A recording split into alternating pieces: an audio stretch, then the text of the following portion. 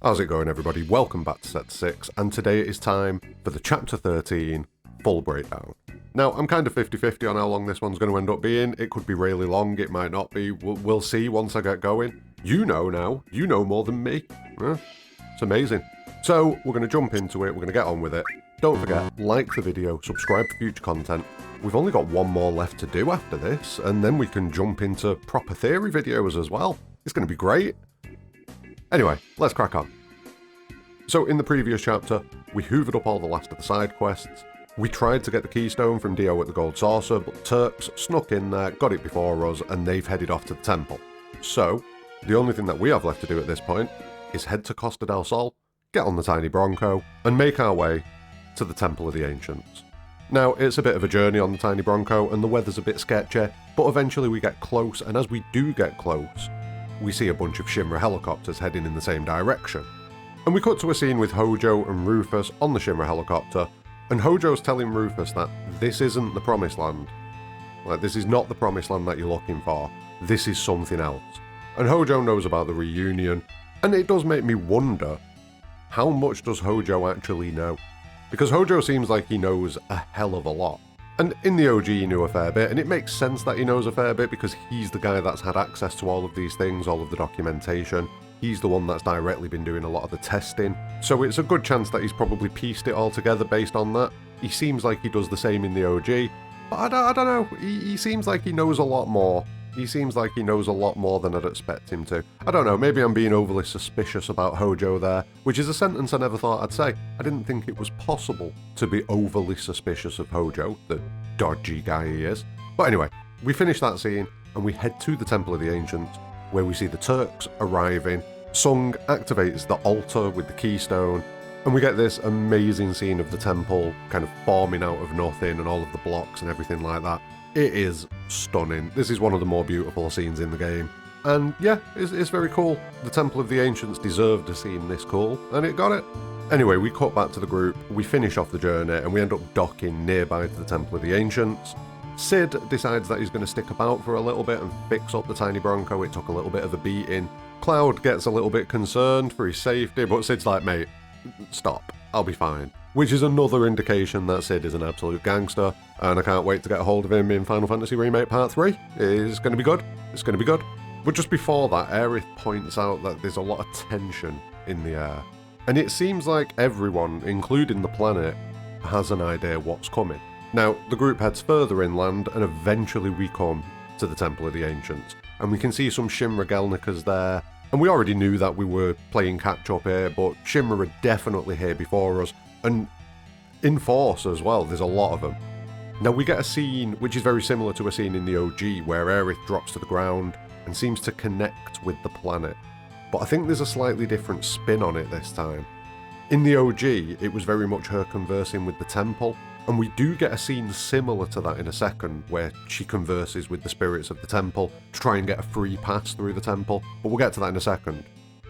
This feels more like she's reconnecting with what she was disconnected from in Midgar at the end of Final Fantasy VII Remake, and that's why she says, finally, because she was expecting to get this connection. It could be that she just knew that we were going to come here and she's just like, finally, we found it. But I don't know, it feels like there's something more. Barrett recites a verse talking about the Promised Land, and Aerith quickly points out that this can't be the Promised Land, because there's too much sadness and anger here.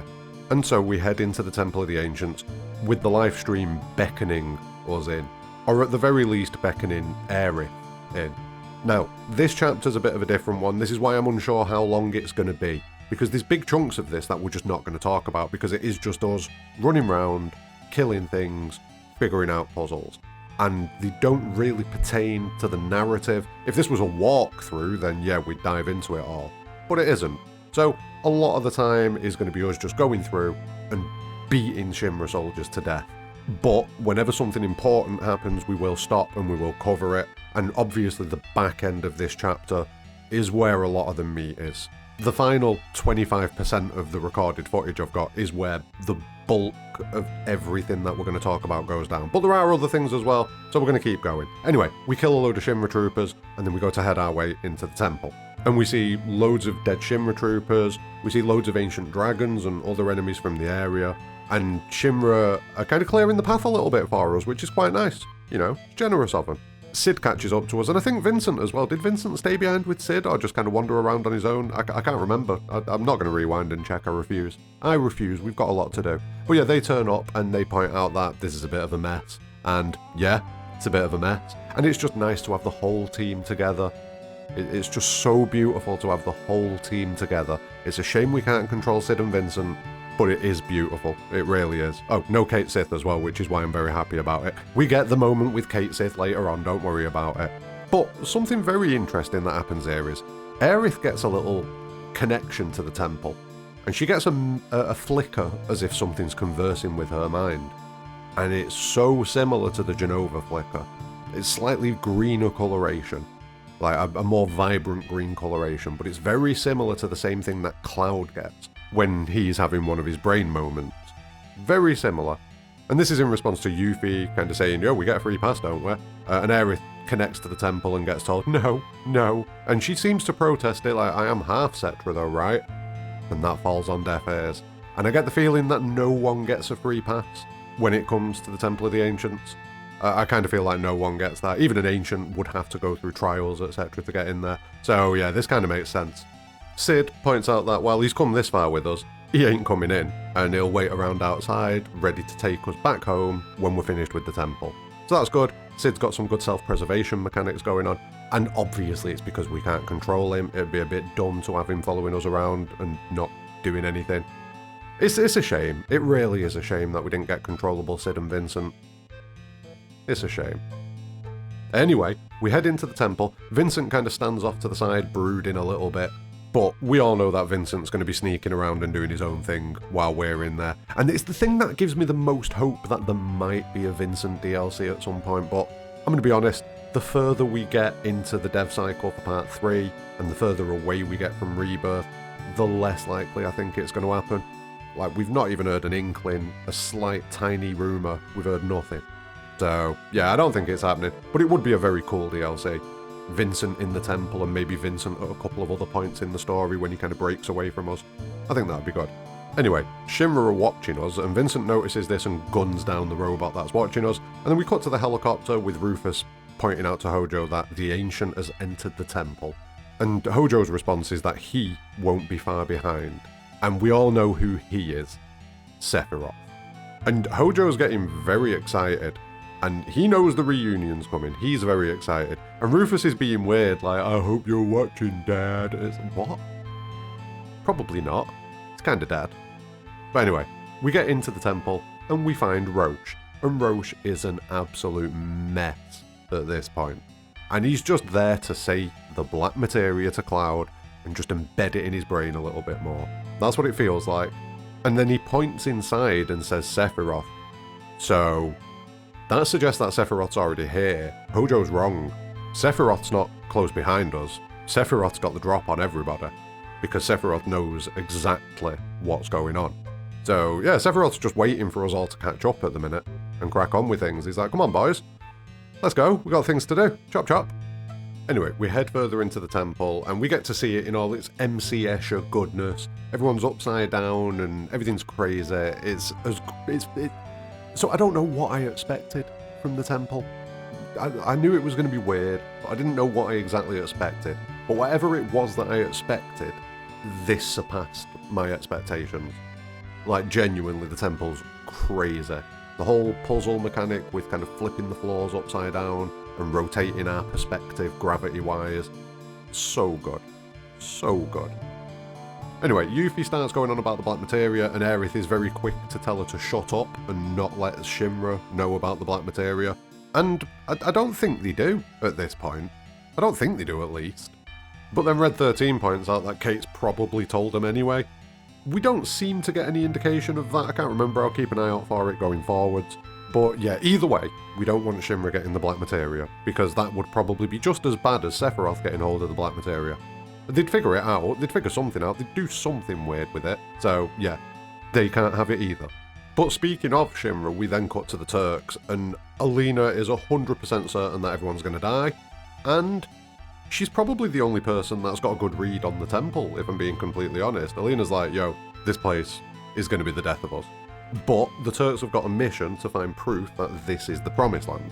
So they're splitting up and searching. They're ignoring us at this point. They get a report that we've arrived, and they just ignore it. They're like, nope, we've got to keep on job. We have to confirm that this is the Promised Land. And Sung makes sure to point out to Reno to keep on job, don't get distracted. And yeah, that's where the Turks are at the minute. They're trying to confirm that this is the Promised Land and not get distracted by wanting to fight with us. We'll see how that goes for them. Now, back with the party, we keep travelling on and we're heading through the temple, and Aerith points out that she can smell the blood in this place and that there was a giant battle that happened here long ago. And this is something that we'll come to later on in the video. As a lot of things are, a lot of things happen in the back end of this chapter. So yeah, we'll keep moving, we keep heading through the temple. Now while we're heading around, we do see some Shinra troopers kind of flying around sideways and upside down through currents of life stream, and we see a lot of this sort of stuff, and it reminds me of these moments in the Whirlwind Maze from the OG where you have to dodge the mana torrent and the lightning bolts and things like that. And it's another example of something that you would expect to be in the second part of the OG, being in the second part of the remake project, but at different points in the narrative. But yeah, we keep heading around, we see some Shinra troopers jump down a waterfall, we decide to follow them down the waterfall, we keep climbing, we keep flipping gravity around, until eventually we come up against a big group of Shinra troopers just kind of there in the middle of a platform, and like, I don't get why Zack struggled so much. These guys melted. Like, come on, Zack. You're supposed to be a soldier. This many troops shouldn't have been a problem for you. God. We press on after dispatching the Shinra troopers, and eventually we stumble across an old friend from the OG, a big angry red dragon. Doesn't give us Bahamut this time, but you know, that's fine. We've already got him. But either way, it's still nice to see the red dragon. We're fighting it a little bit earlier than we did in the OG, but it's still there, and we still give it a kicking. After we fight the red dragon though, we get a little bit deeper into the temple, and we get into a really tumultuous area, like I was saying earlier, with all the mana torrents and livestream torrents flying around. The terrain is even more broke up than it was previously. We see even more Shinra troopers just get dispatched by the winds. And Aerith connects with the temple and the livestream a little bit, and she says that it feels like the livestream's angry. That's what it feels like. It feels like the livestream itself is angry. And it would make sense. The planet is, you know, it's very conscious of the things that are going on it, and it must know what's going on. It must know what's happening right now. And if the planet has the memory of fate and destiny that it seems like it could potentially have, you know, knowing about future events and knowing what the destined path is, then this is very disconcerting to the planet, everything that's going on right now. Because while it knows what happens originally in the OG, there's obviously a different slant on things in the remake project. So maybe that explains why the planet's angry, because things are happening but not exactly how the planet expects. I'm not sure. Again, maybe me overanalyzing a little bit. But either way, Aerith does her best Yuna impression and tries to connect to the temple while standing on this sigil. And at the end of it, the platform that Aerith stood on raises up, and it splits the group in two. And it's interesting that Cloud gets split away from Aerith. Now, I get that this could work on a few levels. I mean, Aerith is the second main character of the game, essentially, at this point. So it kind of makes sense to split Cloud and Aerith and have one of your main characters kind of in control of each. I mean, don't get me wrong, Cloud is the main character, but Aerith being the next most important, not only in this segment of the story, but just in general, it makes sense to give her control of her side of the group, especially with it being the Temple of the Ancients. It just makes sense. But it feels like maybe the Temple is accepting Aerith and rejecting Cloud. I don't know. Again, maybe I'm overreaching. But it's something to think about, possibly. Especially given that Cloud is the tool of Sephiroth at this point. And the planet will know that. And the planet knows that Sephiroth's up to some bad things. So, yeah, it doesn't shock me that Cloud gets separated. So we end up with two groups, Aerith, Red 13, and Yuffie, and then the old Avalanche crew, Cloud, Barret, and Tifa. Now, after the group's been split, Barret says, "We're going after him, right?" And Cloud points out, no, we're not. We're going for the Black Materia. That's what's important here. We've got to get to the Black Materia first.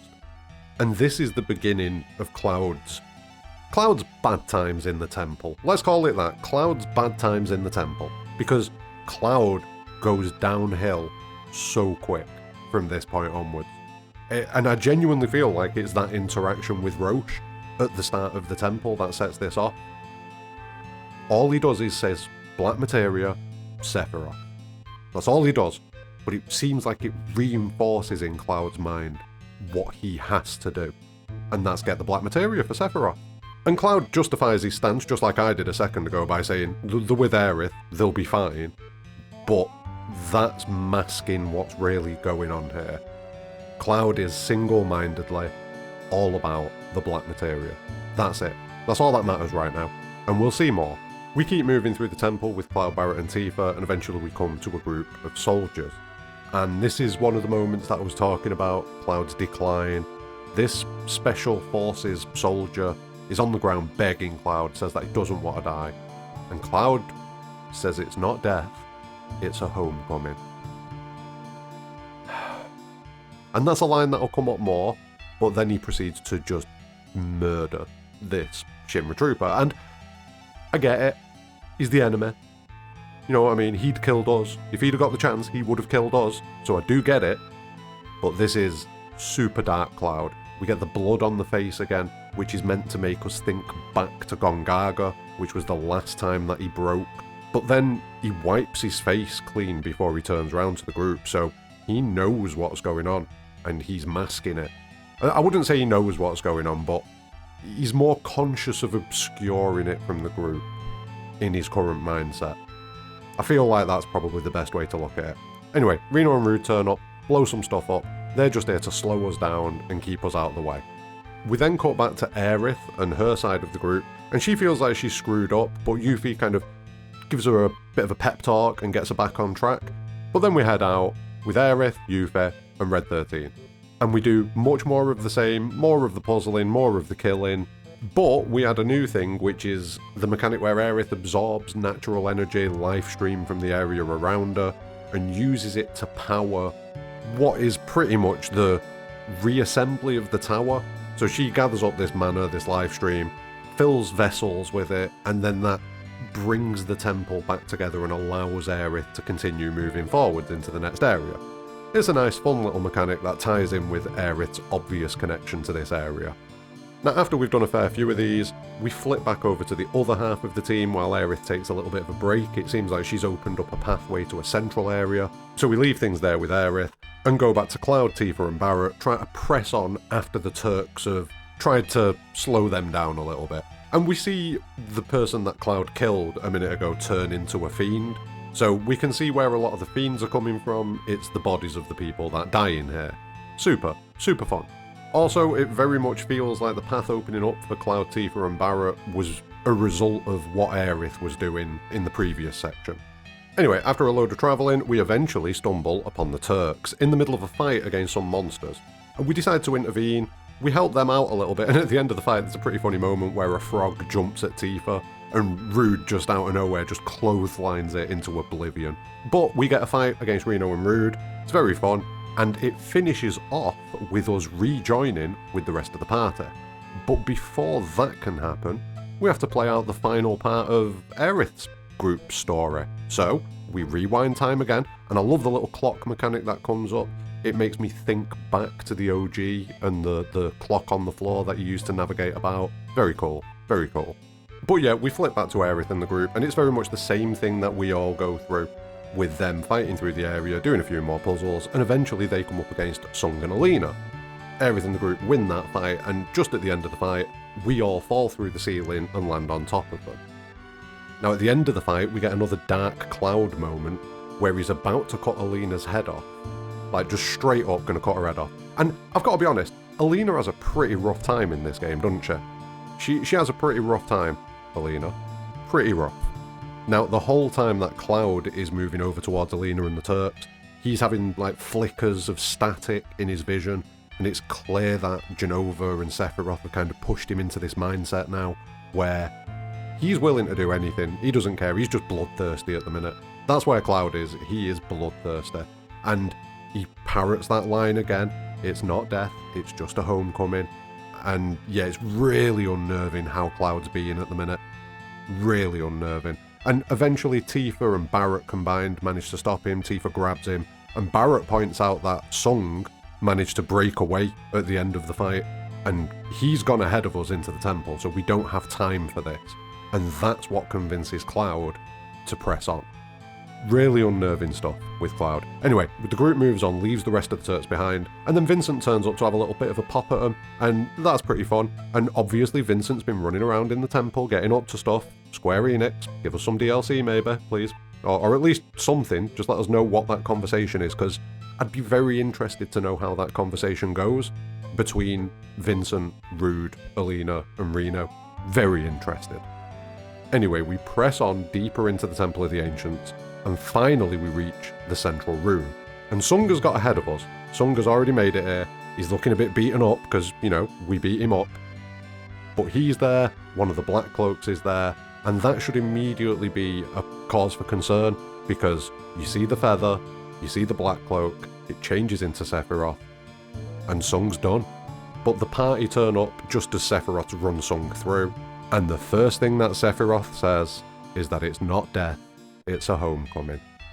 Which immediately connects all of Cloud's behaviours in the temple to Sephiroth, which we all knew anyway, but it confirms it to the party. Anyway, Sung whips his gun out the absolute Chad and takes the Black Cloak out from behind, which, you know, forces Sephiroth to leave because he's not got a body to inhabit anymore. And then we get a bit of a conversation between Aerith and Sung, where Sung asks if this is the Promised Land, and Aerith points out, no, I don't think it is. No, it's pretty rough.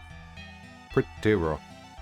And then Sung points out that the altar behind him can only be used by an ancient, and that it's the key to continuing on. And with that, Sung leaves, and as Aerith watches Sung leave, Cloud steps up from behind and says, Aerith, I need you, kind of prompting her to come and interact with the altar and get things moving, because he wants that Black Materia. He wants that Black Materia. So, Aerith interacts with the altar, and we get the trials. And the trials are basically a time for each of the party to look inwards and reflect on things that have happened in their journey and that have brought them forwards in their journey. And everybody gets a trial except for Cloud. And Cloud reads this as, I'm good, I've not got anything, I'm good. But in reality, I think what it comes down to is the fact that he is so fractured at this point that the temple can't give him a trial. There isn't a way for the temple to give him a trial, so it doesn't. But we move on and we get into the trials for each character, and wow, some of these are super rough, Barrett's and Aerith's especially. But we start off with Red 13, and he's back in Cosmo Canyon and being chased by Shinra. And this is the memory of the time when he was captured by Shinra. He manages to escape through the cave system, but when he goes through a cave, he just enters into Hojo's lab. And we get Red 13 being dragged over to Hojo, and the experimentation begins. One thing to note is that if Red 13 hadn't already gone through like his trials back in Cosmo Canyon and learned the truth about Seto, maybe this would have been slightly more Seto based. But because he's gone through that, it obviously then becomes him being taken by Shinra, and it may have still been that anyway. The scene wraps up with Hojo showing what an absolute psychopath he is, and then we cut to Tifa. And her trial very much focuses back on seeing young Cloud at the Watchtower and kind of remembering back to their childhood, but then immediately flipping to the Nibelheim incident and seeing everything around burn. And this was everything in Tifa's life. This was Tifa's whole world, pretty much, gone. She sees a young Cloud walking through the fires of Nibelheim, and young Cloud points Tifa in the direction of the staircase out of town, and she sees her father running towards the reactor, so she follows him to try and stop him, but immediately is transported to the reactor. Very much in the same way that Red 13 was going through the canyon and then opened up and appeared in Hojo's lab. Same thing happens here. Tifa goes through a doorway at the top of the stairs, and boom, she's in the Nebo reactor. And we focus in on the final part of the most traumatic time in her life, And this is when she finds her father dead in the reactor at the hands of Sephiroth. And this moment galvanizes everything for Tifa. How she hates Shinra, she hates Mako, she hates Soldier. She's done. She hates all of it. And we cut away from that scene, but we all know how it pans out afterwards. We then move on to Yuffie. And for Yuffie, it's very much the events that went down in the intermission DLC, her losing Sonon, and the fact that she's still got this. It's fear, but it's hatred. She wants vengeance for Nero. Like, she wants to get back at him, but she's still scared of him. Like, we see it on the boat when we're crossing to Costa del Sol. We meet Sephiroth and we get all the purple smoke, negative live stream effect, and it immediately sends Yuffie on the turn and she gets out of there. And we see the same sort of thing at the end of this scene, where she's following the voice of Sonon and trying to find him. But eventually she stumbles on that room where Nero killed all of the Shinra troopers, and he's there taunting her, saying to her, if you don't want to come and get him, I'll keep him. So, yeah, that's very much a big source of Yuffie's trauma. She feels responsible for Sonon, and she feels that she needs to go and save him. And it very much makes me think that we're going to see Nero and maybe more of Deep Ground again in Remake Part 3. But then Yuffie's scene finishes, and we cut to Barrett's. And there's not too much nuance in this one. It's just sad. It's just so sad. We flash back to Barrett, and it's before the events of Corel burning, because he's got his hand back. And we see an interaction between Barrett and Myrna, and it's all very nice and wholesome. And as we're walking through the town, all the people are like, hey, life's so much better since we got the Mako reactor. Yeah, everything's cool. And Barrett gets to hold Myrna again, and he's super happy about it. But then he goes through a doorway, and again, the area changes. The remains of Corel are smouldering and all around him. He's lost his arm, and he's looking for Myrna. And he eventually finds her, but it's too late. We all know what goes down, and it's just sad. It's just really, really, really sad. And it's obviously the source of all of Barrett's trauma. Not just what happened with Corel, but more importantly, losing Myrna. And the scene ends with Barrett just holding dead Myrna, crying. And it's just devastating. Like, Barrett's story is so painful. It can't get any worse than this, right? No, it can't get any worse than this. Except it can.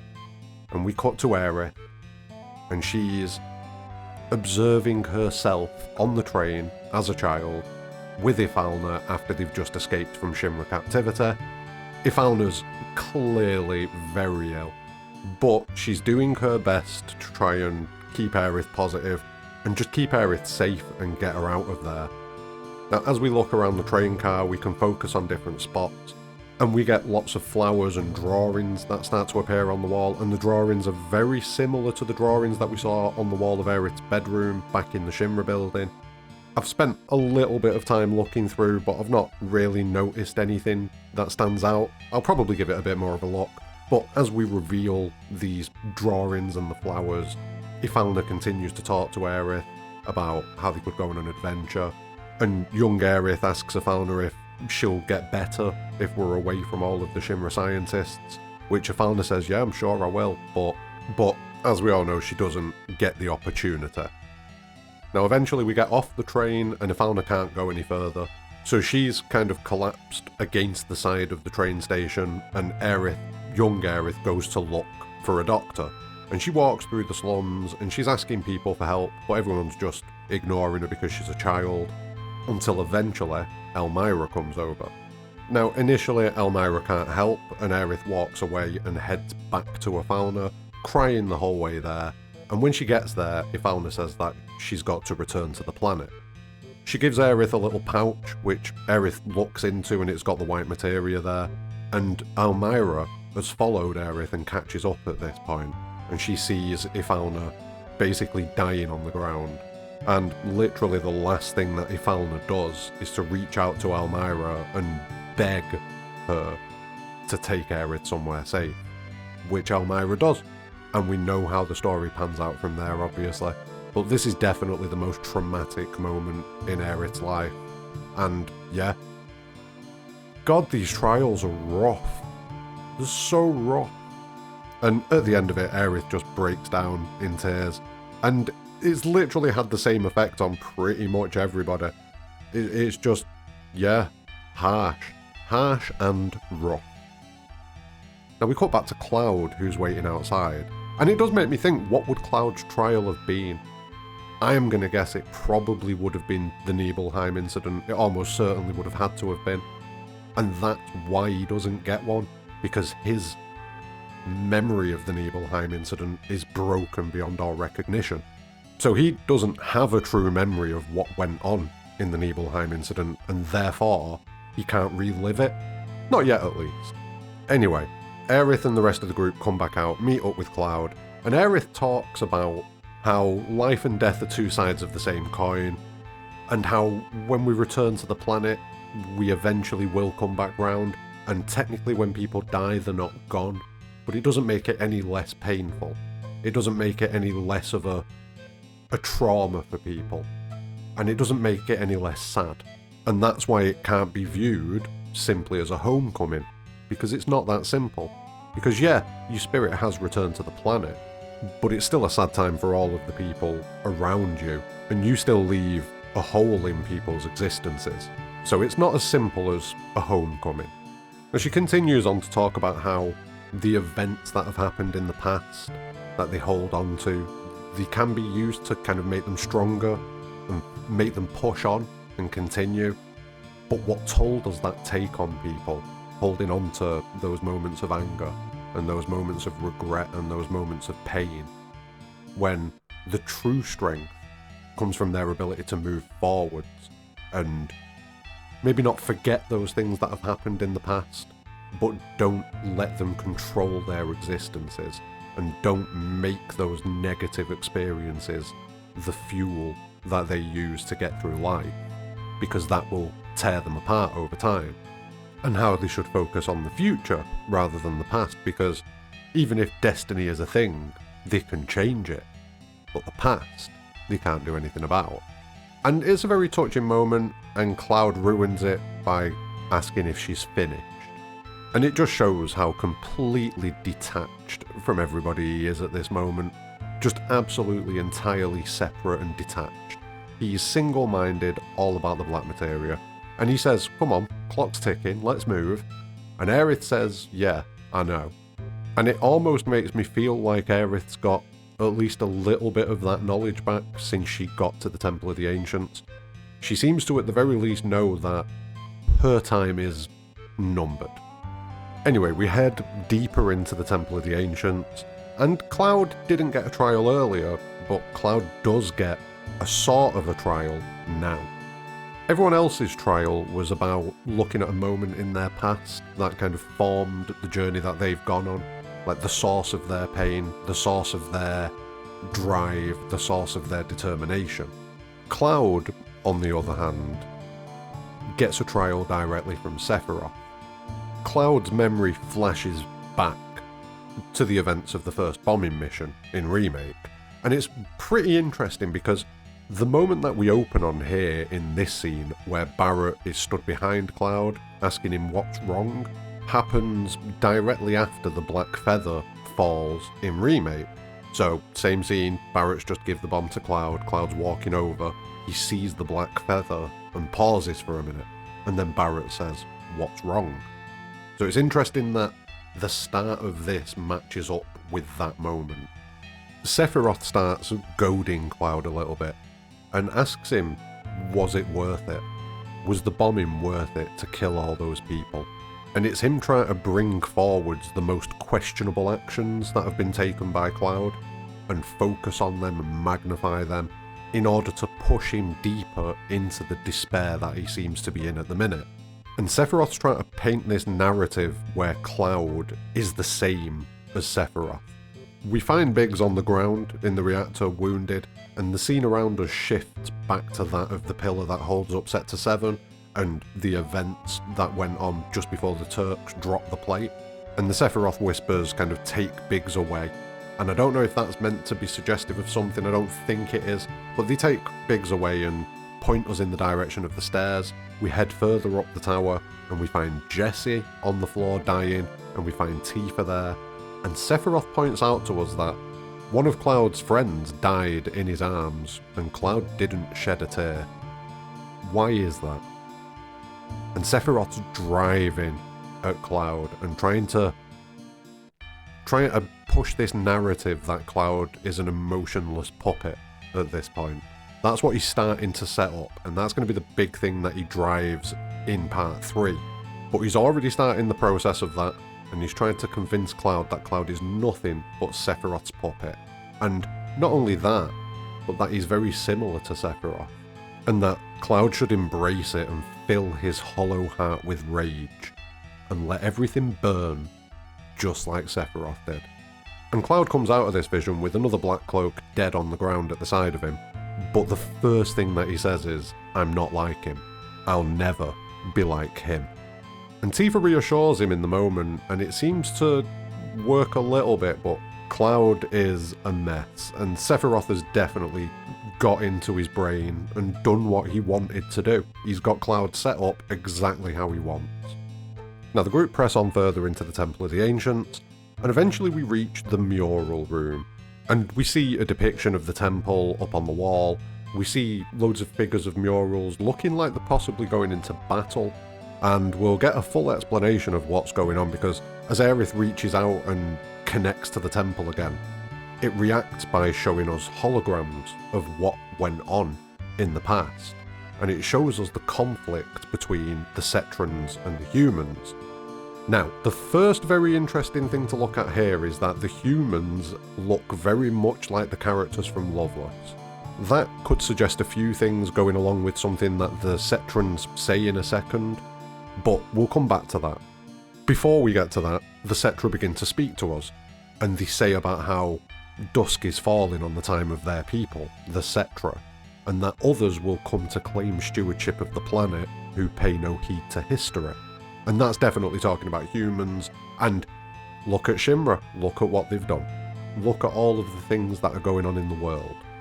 So the Cetrans weren't far off, and the livestream holograms break up and follow on down the corridor, beckoning the group to continue on and learn more.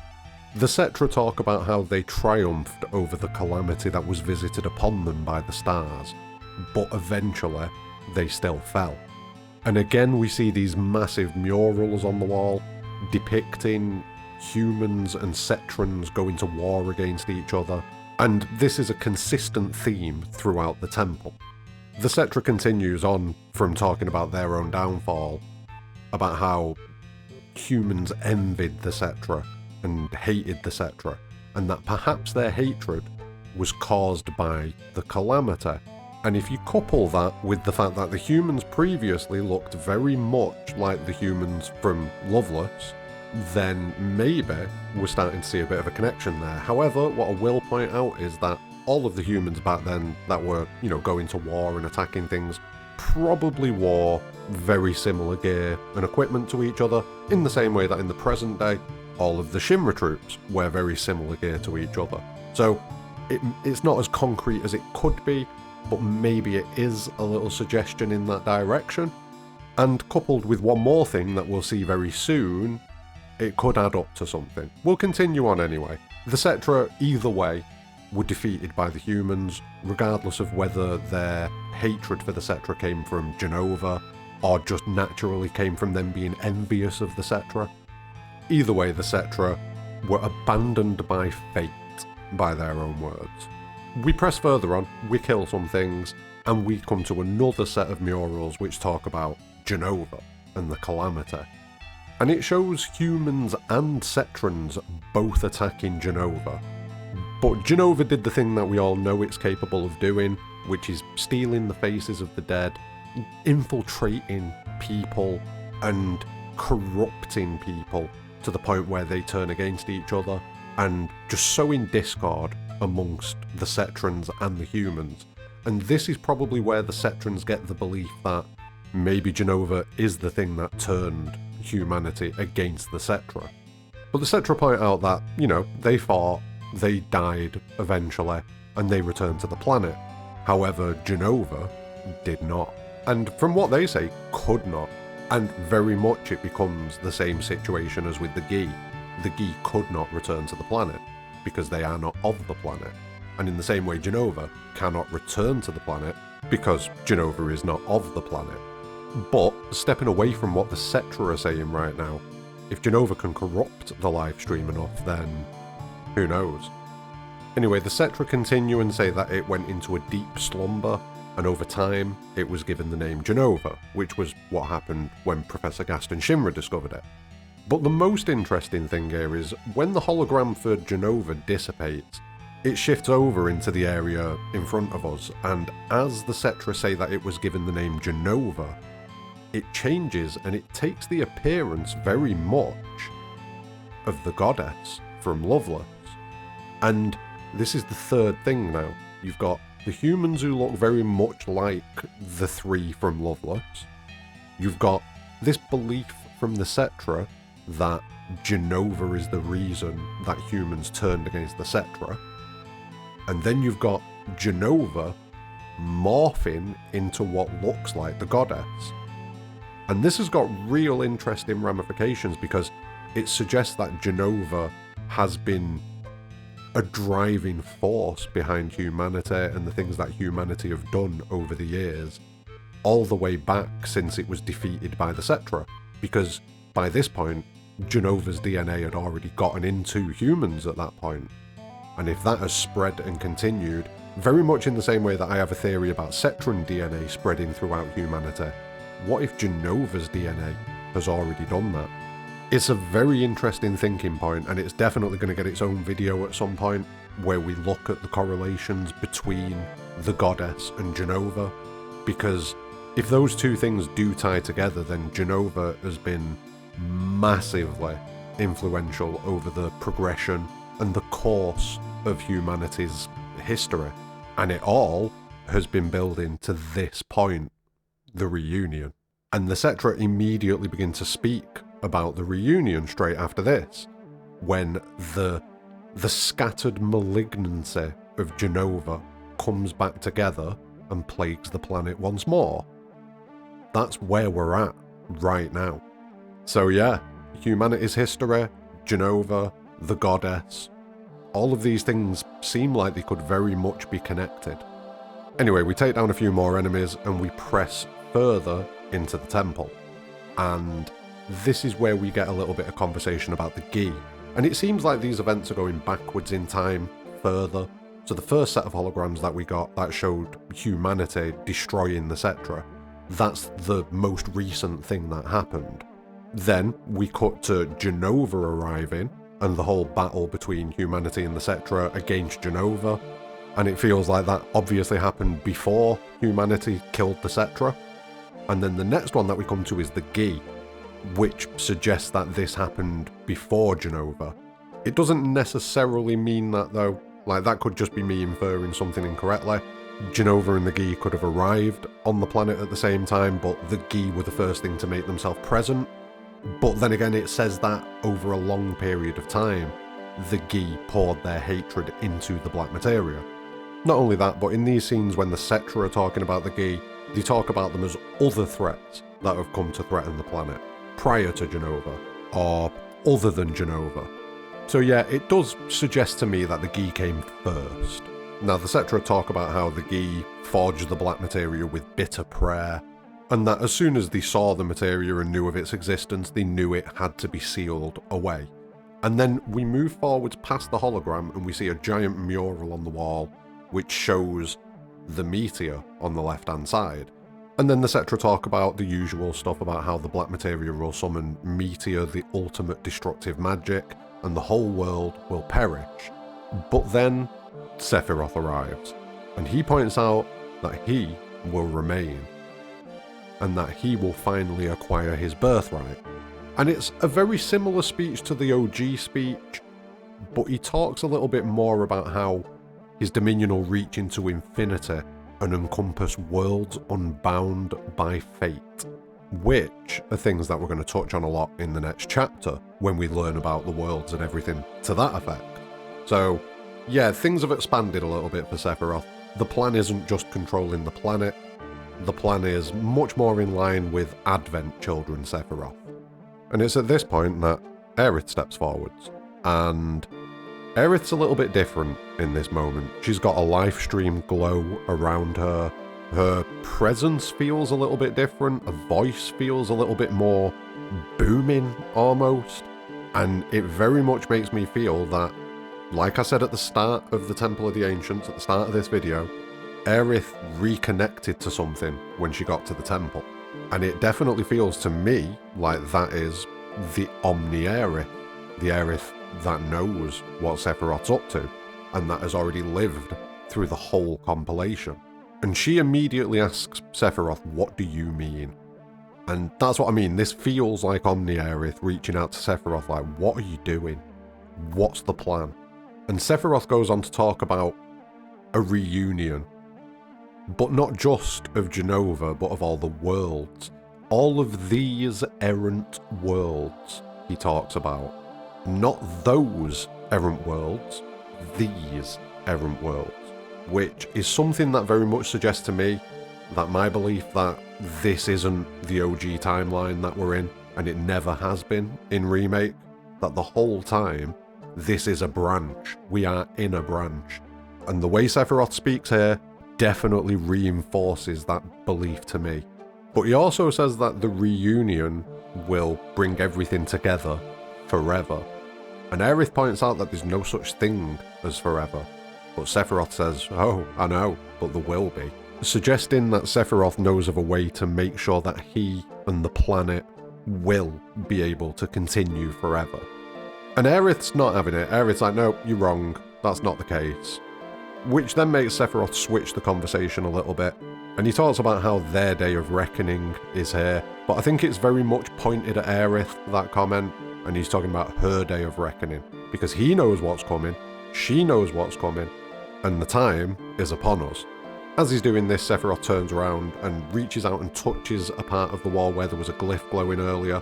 And it makes me think that this is how you would then get through this wall and access where the Black Materia is. But first, a pair of demon gates are summoned for us to deal with, and this is obviously the final defense mechanism of the temple in order to stop us getting into the room where the Black Materia is. And Sephiroth's obviously using us at this point to get the Black Materia, but we also don't really have a choice but to get the Black Materia at this point. So yeah, we kill off the demon gates, and Cloud at the end of the fight just goes absolutely ballistic and just smashes and smashes and smashes the wall until it caves in, and then we see Cloud staggering forwards, kind of, he's almost in a fugue state. He's not there. He's not completely there at this point. But he walks forwards, and it opens out into a giant room with a pathway leading through the centre of the room. And Cloud walks forwards, heads towards the centre of the room, where there's a giant pedestal, and we can assume the Black Materia is going to be. And we get a really interesting shot here, where it's Aerith kind of stood further back looking forwards, and you can see Cloud walking into the distance and heading for the Black Materia. And it reminds me a lot of the shot that we see in the Forgotten Capital, where Cloud is walking up that pathway, and you can see Aerith kneeling down in the middle of that central area. And it's a nice little parallel between the two scenes. Everyone follows up behind Cloud, and when we reach Cloud in that central area, he's just kind of stood there laughing, just chuckling away to himself. And this is just further showing that Cloud is completely broken at this point. And he reaches out to touch the Black Materia and immediately triggers the temple's self-defense system, basically. Aerith reads the warning and tries to stop Cloud, shouts out to him, "Don't," just before he actually touches the materia. But Cloud doesn't care. Cloud can't read any of this crazy language, so Cloud just grabs the Black Materia. And so begins the collapse of the Temple of the Ancients. Now, while all this chaos is going on around him, Cloud is completely disinterested. Cloud is just looking at the Black Materia like, "Yes, I've got it. Finally, I've got it." While the rest of the party just kind of looks on in horror. Now, we cut to a scene outside the temple, and we see Kate Sith heading into the temple. Oh yay, Kate's back. And Sid's a little bit confused by what's going on. He starts to see the vibrations and the rumbling of the temple, so he knows that we need to get moving soon. We then cut to the Turks, and Kate Sith again sprints past them, but we do see Rude Reno and Elena getting Sung out of the Temple of the Ancients. So at least we can see that Sung and the rest of the Turks are getting out of there. We then cut back to that central chamber, and things are getting very chaotic in the area. Cloud is still stood there just kind of chuckling away and smiling away to himself, looking as psychotic as he possibly can. Aerith reads the text that's up on the wall, and it says, "Let those who seek our star's demise find herein their rest." So basically, anyone who comes looking for the Black Materia, probably going to die inside the temple. That's the plan, that's what the Cetra have tried to set up here, that if anyone does come to get the Black Materia, they're going to find themselves crushed by the temple and unable to use the Black Materia. So that's the plan by the Cetra, and it's a good plan. They just didn't count on us. Now, Red 13 suggests that we return the materia to the altar and that should stop things, and Barrett tries to get the materia off Cloud, but Cloud is 100% resistant, not giving up the Black Materia, and Aerith points out that this can't be stopped now. The collapse has already begun, this is it. And then she also says to Cloud and Barrett that there is no point fighting over a fake. And this makes Cloud pause for a minute like, wait, what do you mean a fake? And this is something that we'll come back to very soon, very, very soon. But it's enough to distract Cloud for a moment, and Cloud turns around and says, "No, you're trying to fool me." But Barrett knocks him down, the Black Materia is not free. Red 13 tries to put it back on the pedestal, but nothing happens. And then, all of a sudden, the party's saviour, Kate Sith, arrives, and Kate Sith realises that that platform is lowering itself down, and as it lowers down, the temple is collapsing. So Kate Sith gets underneath it and holds the platform up for as long as they can. As they do this though, the Black Materia is knocked off the platform and it rolls itself over to Cloud, and Cloud 100% makes sure that he picks that up. He tries to be sly about it, but I think everyone kind of noticed. But then again, maybe not, because as this happens, Vincent turns up and says, "Let's leave, I've got us an escape route. Let's go." And again, this is another indication that Vincent has clearly been up to some stuff in the temple, and I'd love to get to see what he was up to. Just throwing it out there, Squeenix. Just throwing it out there. The party get out of the main room before it collapses, and Cloud stands there for a moment with a smile on his face because, you know, he's got the Black Materia. But we can't spend too long in this because the temple is collapsing. Now, I say we can't spend too long in this, I definitely spent a little bit of time wandering around while this was collapsing and getting a good look at all of the murals. There isn't too much that we've not already discovered and seen. A lot of them are just the same mural repeated over and over again, but it just essentially depicts a lot of the things that are going on, with like the Gi pouring their malice into the Black Materia, and the Cetra coming to defeat them and stop them. It just details things that we've already seen. I am going to have a little bit more of a look at these, maybe in a separate video, but like I say, I don't think there's anything in there. I'm gonna double check though, in the future, but not for this video, because we're already closing in on the hour, and we're not finished yet. Anyway, we again take control of Aerith as we're getting out of the temple, which makes sense because Cloud isn't really himself, and it makes sense that we wouldn't control him when he's in this state. So everybody's sprinting, and we eventually make our way out of the Temple of the Ancients. And as we're running down the stairway, it's collapsing, and Barrett breaks the laws of physics in this moment. Like, I'm sorry, I cannot go past this without being offended by it.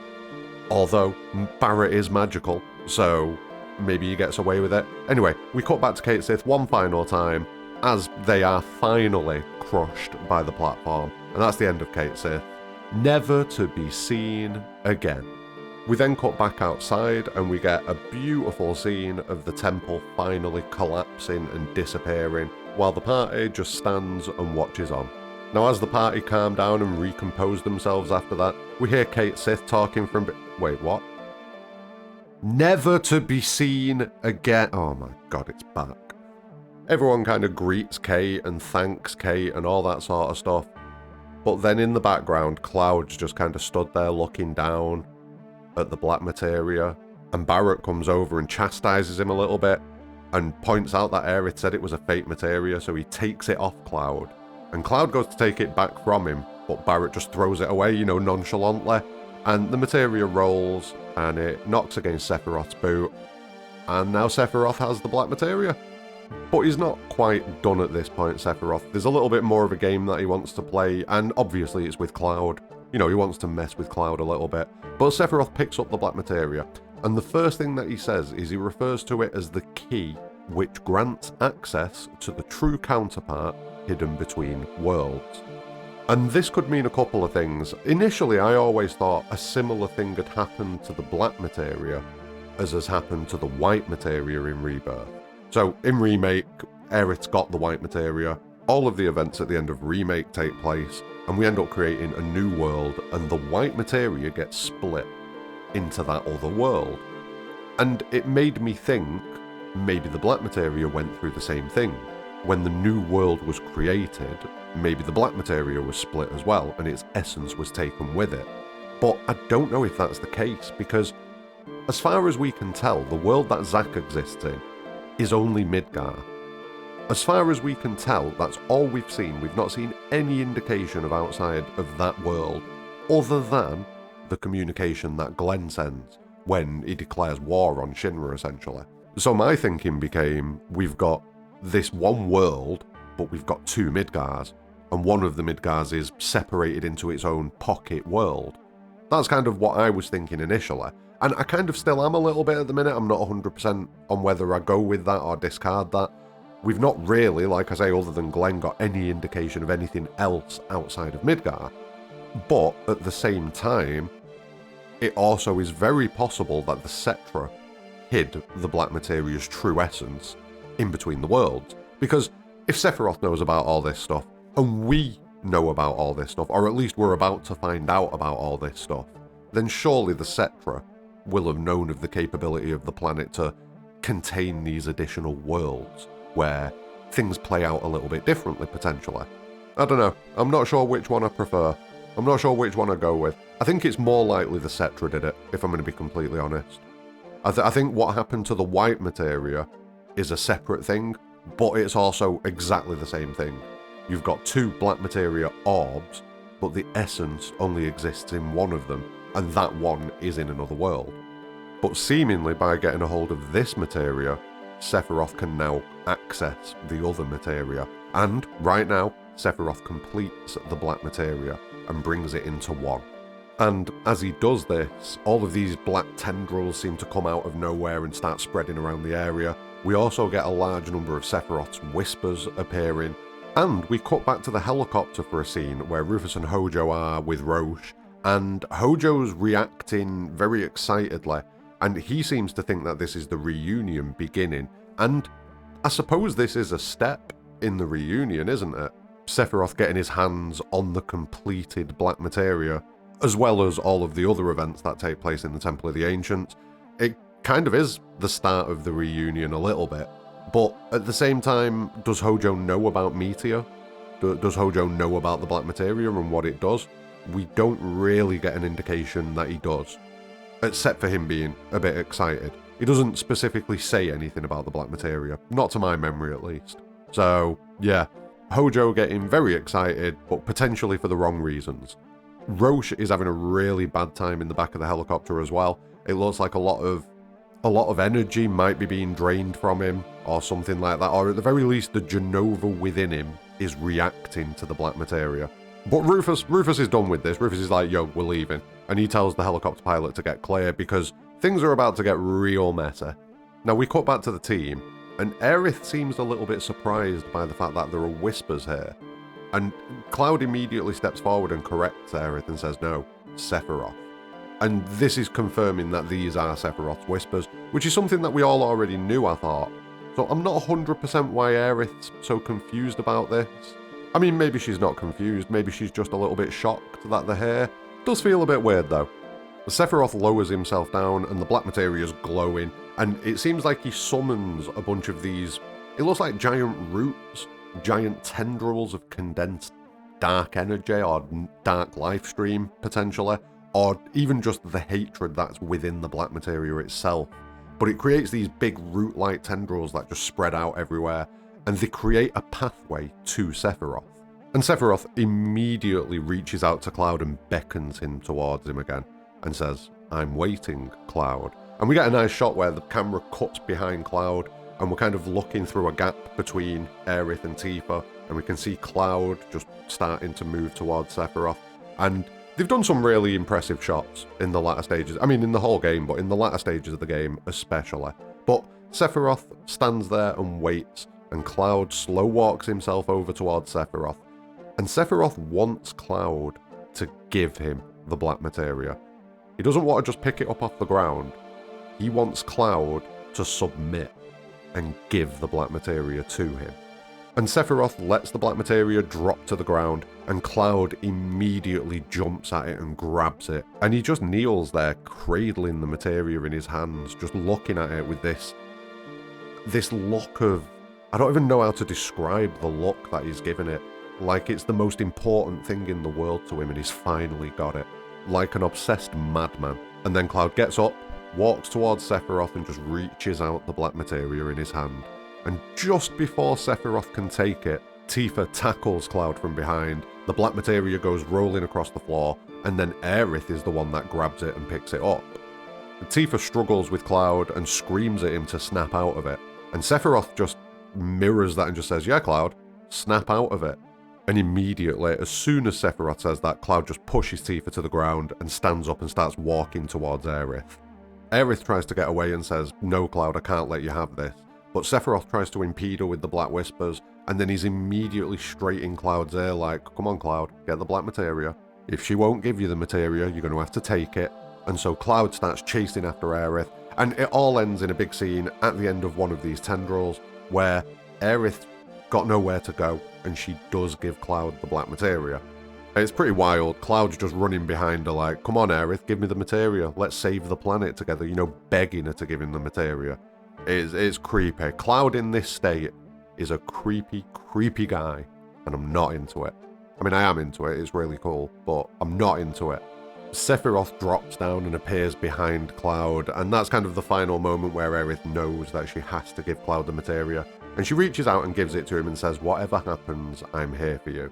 And the attempts to reach Cloud haven't been working up to this point, but very soon it does kind of happen, and it happens immediately after Cloud has given the Black Materia to Sephiroth, because Sephiroth's happy at this point. Sephiroth's like, "Okay, good, I got him to do what I needed him to do, good lad."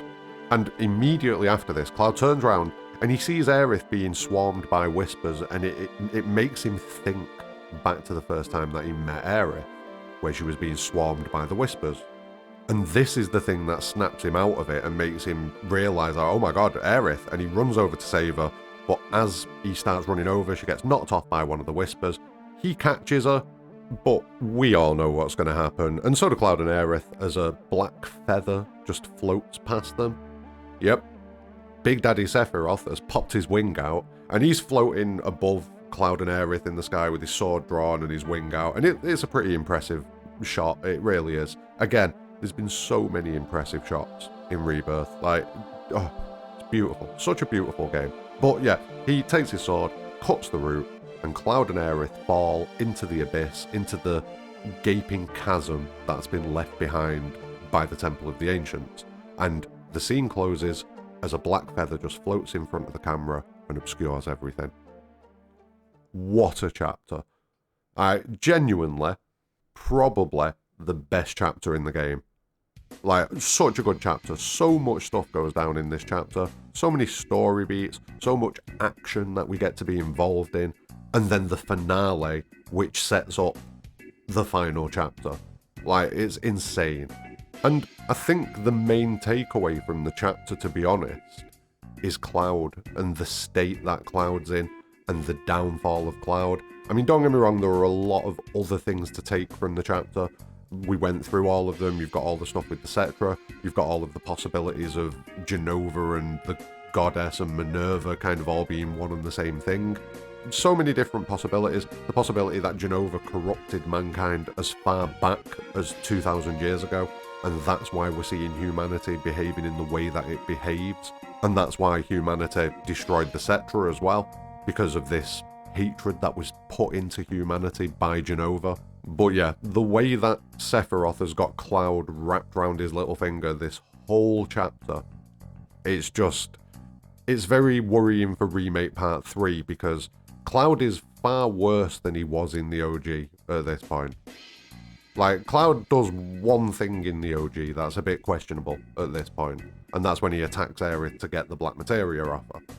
But he's not been going around murdering people and stuff like that in the OG. Whereas what we've seen in Remake has just been this steady downfall of Cloud. And I think we're going to get to see some really bad stuff at the start of Part 3 involving Cloud. I think Cloud's going to have a bad time. I do think Cloud's going to have a real bad time. Because Sephiroth just finds it so easy to control him. And Aerith and Tifa have been the ones that have kind of been keeping him on track up to this point. But after the events of Chapter 14 and going into Part 3, Cloud's got less support around him. Or at least he's potentially got less support around him.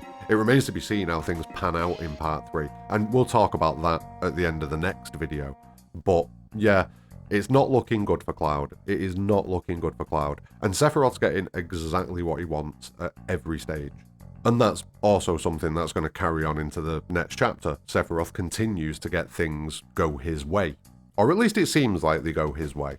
I also found Hojo and Rufus's presence at the temple quite interesting, and it feeds into a scene that we get right away at the start of Chapter 14, and the scene is basically Hojo sat there talking about how Shinra could aim to dream bigger based on what they've just seen, and Rufus agrees. So maybe we're going to see a lot more messing around from Shinra in the next game. I mean, we already know that we're going to see a lot more messing around from Shinra. We've got this whole war for the Magus Materia and war with Wutai that's going on. So Shinra are going to be a lot more involved and a lot more active in Part 3. But given what they've just seen, what are they going to do? Like, what kind of stuff is Hojo going to get up to now? Oh, scary. Scary thoughts. Scary thoughts. Anyway, this is the first one that's actually gone over an hour, so yay! I had a feeling it would do. There's a lot of stuff that happens in a very condensed period of time. But I think now it's time for me to shut up. And it's time for you to let me know what you're thinking about Chapter 13.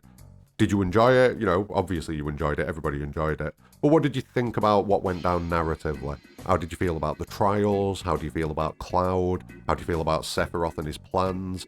How do you feel about this potential Jenova/Minerva correlation? Because it's not the first time this has come up. And it's very interesting the way they've done that.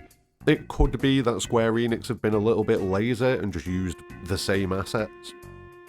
But I can't see that given the amount of effort that's been put into Rebirth.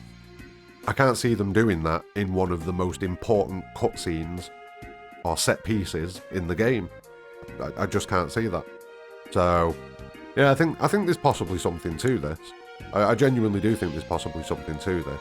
Because, let's face it, if humanity has been kind of corrupted and guided by Jenova, Jenova is good at, you know, disguising her true self and appearing in a form that is familiar to people. So what's to say that over the years Jenova hasn't convinced humanity that this goddess figure, Minerva, is a good thing, when in reality it's just Jenova masquerading as a control method for humanity. I don't know, maybe I'm reaching a little bit too deep there, but it gets the brain thinking, it gets the juices going, it really does. Anyway, leave your thoughts in the comments below, drop a like on the video, subscribe for future content, and keep an eye out for Chapter 14, because we are so close to the end of this. I think what we're going to do is we're going to do Chapter 14, and then I think I might do one final video after that as like a bit of an overview sort of thing. I'm not sure, I'll see if I can put something together. But yeah, thank you for watching, like the vid, subscribe for future content, but more importantly than all of that, have a great day.